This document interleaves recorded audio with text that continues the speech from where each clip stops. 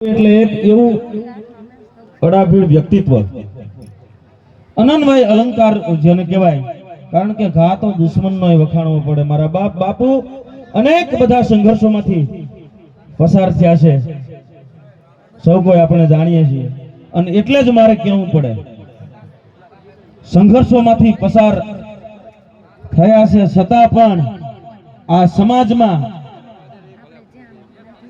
જ્યાં જ્યાં તકલીફ પડી છે, સમાજ જ્યાં ખાડામાં હોય એવું લાગે, ત્યાં બાપુએ હાજરી આપી છે અને ખુલીને અવાજ આપ્યો છે, પડકારો આપ્યો છે. એટલે કહેવું પડે, ખદાડ કોઈ દી ખમે નહીં, ઘા જીવનના ઘેરા. ખદાડ કોઈ દી ખમે નહીં, ઘા જીવનના ઘેરા, પણ જોખમ હોય જાજેરા તોય ભલકારા દે ભાઈડા. મારા બાપ ભલકારા દે ભાઈડા.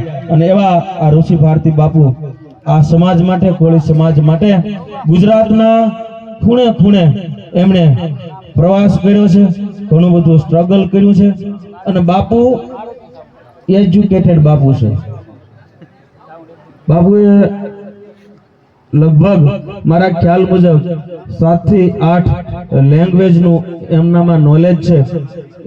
એટલે ભાઈ અરવિંદભાઈ અને વિનુભાઈને વિનંતી કરીશ, બાપુનું ફુલહાર અને શાલ ઓઢાડી સ્વાગત કરશો. પધારો.